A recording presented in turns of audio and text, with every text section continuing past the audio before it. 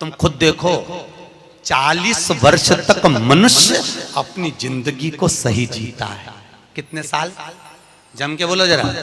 40 साल तक मनुष्य अपने जीवन को सही जीता है। खूब खाता, आराम से पचता, खूब डेंटिंग पेंटिंग सब चकाचक, कपड़े मपड़े सब जोरदार, रकम मकम सब पहने, खूब अच्छा लगे, क्योंकि 40 वर्ष की जिंदगी तुम्हारी है तो 40 साल तक मनुष्य अपने जीवन को सही जीता है। 40 के बाद किसकी लगी थी? जम के बोलो। गधे की। तो 40 से 60 तक मनुष्य गधे जैसा बोझा ढोता है। बच्चों को बड़ा करना है, शादी करना है, मायरा भरना है, परिवार को पालना है, तो बोझा ढो रहा है। जैसे गधा बोझा नहीं ढोता, ऐसे 60 तक बोझा ढोया। 60 के बाद उम्र किसकी लगी? कुत्ता की। जब 80 की उम्र में आता है तो कुत्ते को दरवाजे पे रखा जाता है। जब तुम्हारी 80 की उम्र होगी तो घर के लोग कुर्सी डाल के, खटिया पलंग दरवाजे के पास हॉल में बिठा देंगे, वहीं बैठे रहे। और रोटी भी दरवाजे के पास, चाय भी दरवाजे के पास, क्योंकि कुत्ते को अंदर परमिशन नहीं है। और कोई भी मिलने आया तो वहीं से चिल्लाया, वहीं से आवाज, क्योंकि कुत्ते की उम्र लगी है।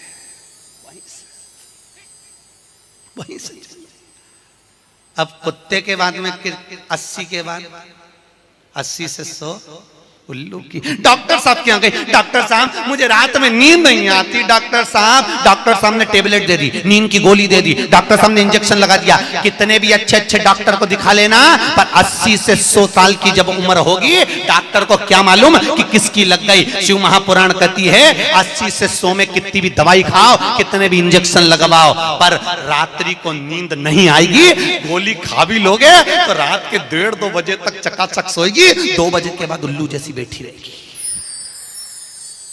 2 बजे के बाद कितना भी खाओ, कितनी भी दवाई खाओ, कितने भी अच्छे डॉक्टर को दिखाओ, पर 80 से 100 में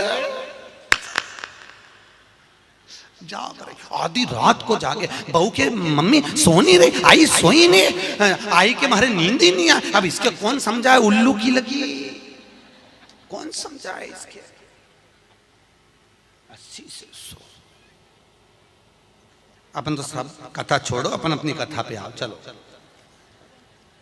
महाराज, तो जो बहुत दूर रहती है ना वो अच्छी लगती है, जो पास में रह रही दूर के ढोल सुहावन, ठीक नहीं है,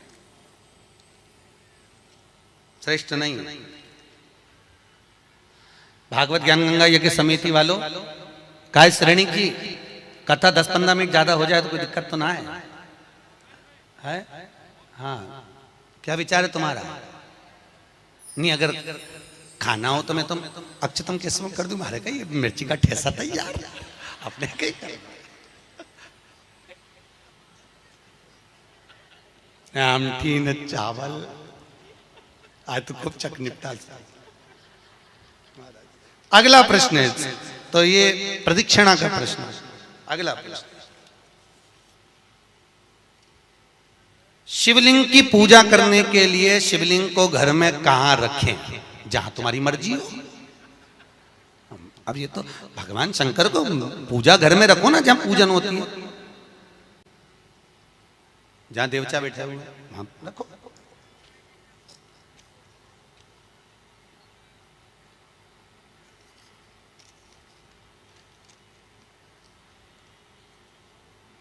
पीपल के पेड़ को सोमवती अमावस्या के दिन 108 फेरी क्यों लगाई जाती है? वाह, बहुत बढ़िया। हमने तो नहीं की कि लगाओ, अब तुम्हारा मन है 108 लगाने का। याद रखना, पीपल के वृक्ष की परिक्रमा करने से वैभव बढ़ता है, आंवले के वृक्ष की परिक्रमा करने से लक्ष्मी बढ़ती है। याद रखिए, तुलसी की परिक्रमा करने से सौभाग्य बढ़ता है। अब 108 मन का लगाओ, चाहे 208 लगाओ, 216 लगाओ, ये आपके ऊपर है। यहाँ आपका भाव होना चाहिए कि हम भगवान को कैसे रिझाएं।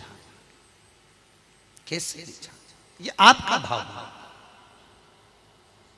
उसका फल क्या है? तो उसका फल वैभव प्राप्ति का है, धन प्राप्ति का, यश प्राप्ति का। आप जितनी लगा,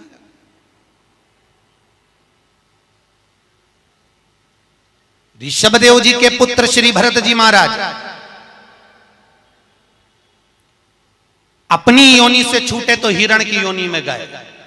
हिरण की योनि पाने के बाद श्री ऋषभदेव जी के पुत्र जो भरत जी थे, हिरण की योनि में आने के बाद में, हिरण की योनि पाने के बाद भरत जी को लगा कि मैं इस हिरण की योनि में पड़ गया हूं, इससे मुक्ति कैसे मिलेगी? तो हिरण की योनि में आने के बाद भरत जी महाराज पीपल के वृक्ष के नीचे जो संत बैठे हुए थे उनकी 108 परिक्रमा करते थे हिरण की योनि में। तो हिरण की योनि के 108 परिक्रमा कर रहे थे। उस दिन थी सोमती अमावस्या का दिन, जिस दिन हिरण की योनि से परिक्रमा करते करते भरत जी महाराज छूट गए थे और वापिस मनुष्य की योनि में आ गए थे। ये 108 परिक्रमा का फल है। ऋषभ जी के पुत्र हिरण की योनि से छूटकर परमात्मा की भक्ति को, मनुष्य देह मिल गई। शायद हो सकता है हम मानव की देह में हैं और मनुष्य की देह में आकर अगर हम भगवान की 108 परिक्रमा लगाते हैं, हम भगवान का भजन करते हैं, 108 परिक्रमा के अंतर्गत हम डूबे रहते हैं, तो हो सकता है मनुष्य की योनि से छूटकर हम देव योनि में चले जाए, भगवान की परास प्राप्त हो जाए। मां तो शास्त्र कह रहा है, अंजना माता गौतम बाबा से कहने पर शंकर की आराधना कर रही है। और आराधना करी माता अंजना ने, शिव जी की आराधना करी, शंकर की जब आराधना करी, शंकर का अभिषेक करा, भगवान भूत भावन प्रसन्न हो गए और शंकर भगवान ने उसी समय माता अंजना को वर प्रदान करा, तो चिंता मत कर, तेरे घर में पुत्र होगा। पुत्र, तू क्यों चिंता कर? भगवान शंकर जब भी देते हैं छप्पर के देते हैं। भगवान कृष्ण के यहाँ कितने बच्चे दिए? 1,77,086। अब अंजना माता के यहाँ भगवान संतान दे रहा है। भगवान अंजना माता के यहाँ हनुमान जी महाराज कितने भाई थे? माता अंजना के गर्भ से जो संतान हुई थी, हनुमान जी महाराज सगे भाई कितने थे? हनुमान जी कितने भाई? अरे बोलो तो सही, हनुमान जी भाई कितने हैं? सगे भाई कितने हैं हनुमान जी महाराज? तो अंजना माता ने जब भगवान शिव की आराधना करी, शंकर की जब आराधना करी, तब भगवान शंकर प्रसन्न हुए। समय बीता, माता अंजना के गर्भ में भगवान शंकर के तेज पुंज को पवन देव ने ले जाकर माता अंजना के गर्भ में स्थापित करा। स्थापित करने के बाद पूर्णिमा के दिन, चैत्री पूर्णिमा के दिन, भगवान अंजना माता के गर्भ से शंकर का ही एक अवतार श्री हनुमान जी महाराज प्रकट हुए हैं। महाराज श्री हनुमान जी महाराज की। हनुमान जी सगे भाई हैं 6। कितने भाई हैं? 6